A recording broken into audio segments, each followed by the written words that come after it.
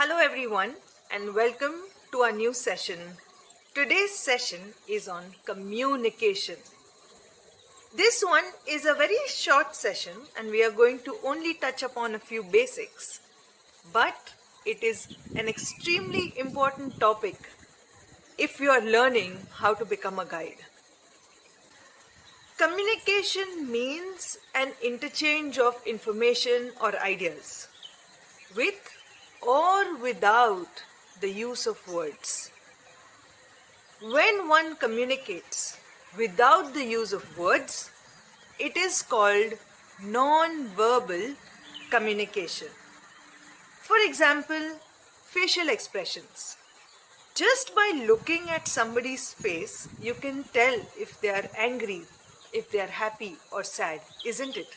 They are communicating something without even saying a word. Or even body language.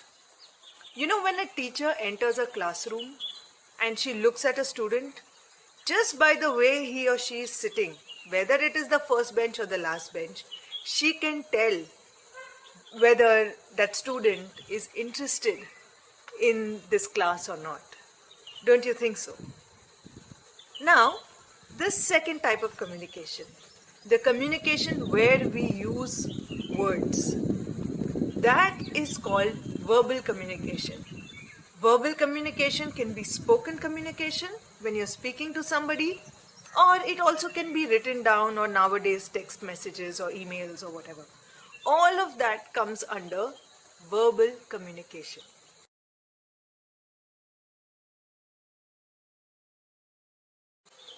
Can you hear that?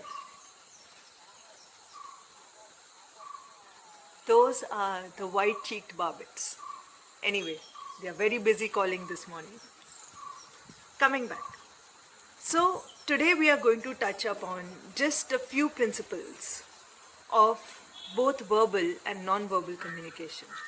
Something that if you practice, it can make a big difference to how effective you will be as a guide. So now first let's look at non-verbal communication. One of the most important principles of non-verbal communication is eye contact. Always give eye contact, look eye to eye when you're speaking to your guest. That shows that you are committed and you are interested in speaking to them, in sharing and even listening to the information and conversations. It doesn't give a good feeling when you look down or look around when you're speaking to somebody. Another important thing to keep in mind in eye contact for a guide is to give equal eye contact to all your guests if you have more than one. Often what happens is there may be one or two in a group who are more talkative. Some guests who ask a lot of questions, while there will be others in the same group who are quieter or a little shy or, staying behind at the back of the group. It is your job, it's your duty as a guide to, even if you are answering one person's question, look at everyone, give equal eye contact to everyone. That is your way of showing that all guests are equal for you. Nobody is more important than the other. I hope this is making sense. But remember one thing, when you give eye contact, I do not mean staring at a guest. That is not a good thing to do. Okay, now let's look at the second principle of non-verbal communication that I want to share with you. It is a smile. It comes free of cost but has immense value. As a guide, you are a host, and a host who is looking after his or her guests or entertaining them.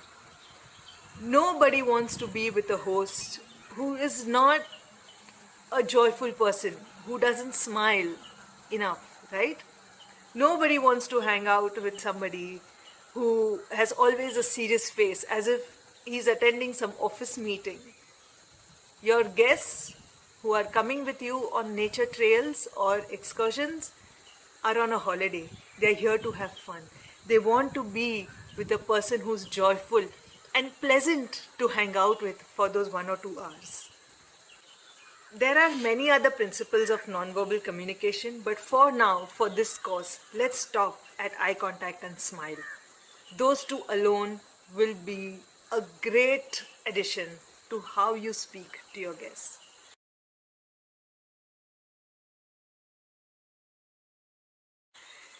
Next one, coming to verbal communication.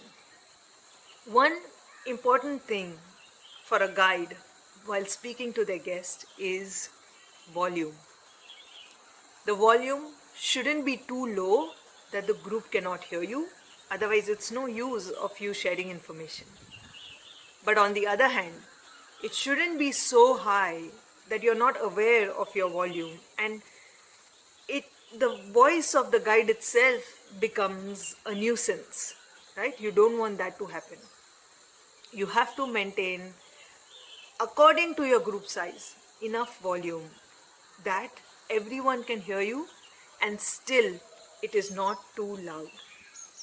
If the guide himself or herself is too loud, you cannot expect guests to be quiet on your walks or excursions. So always remember to maintain an appropriate volume.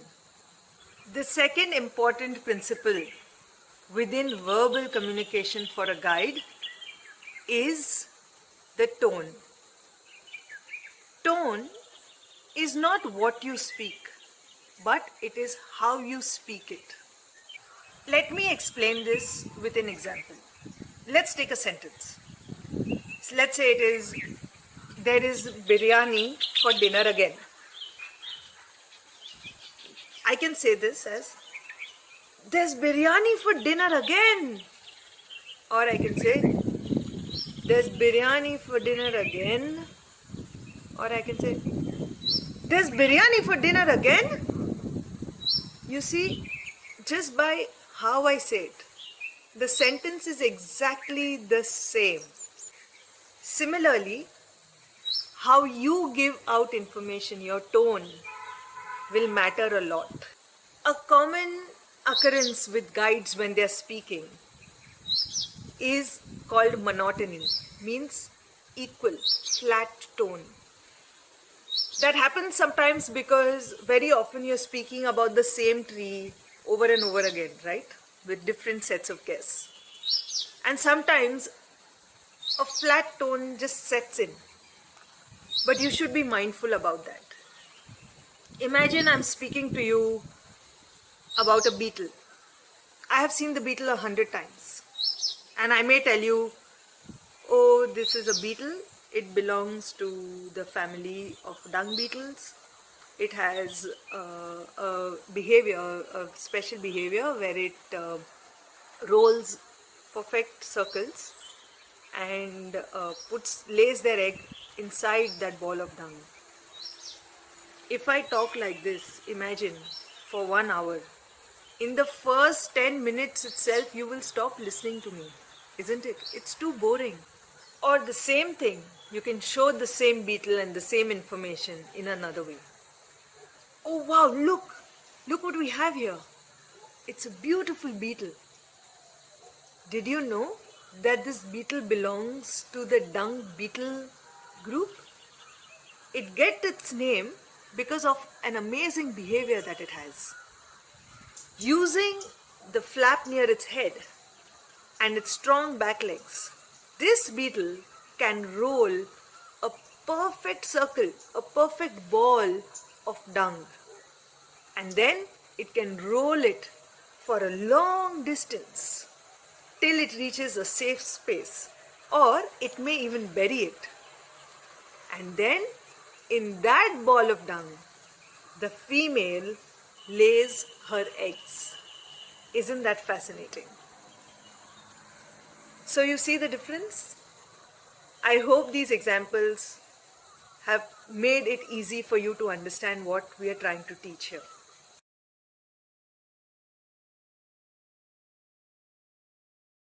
So remember, these simple principles like eye contact, a smile on your face, appropriate volume, and a good tone is very important to good communication, especially as a guide.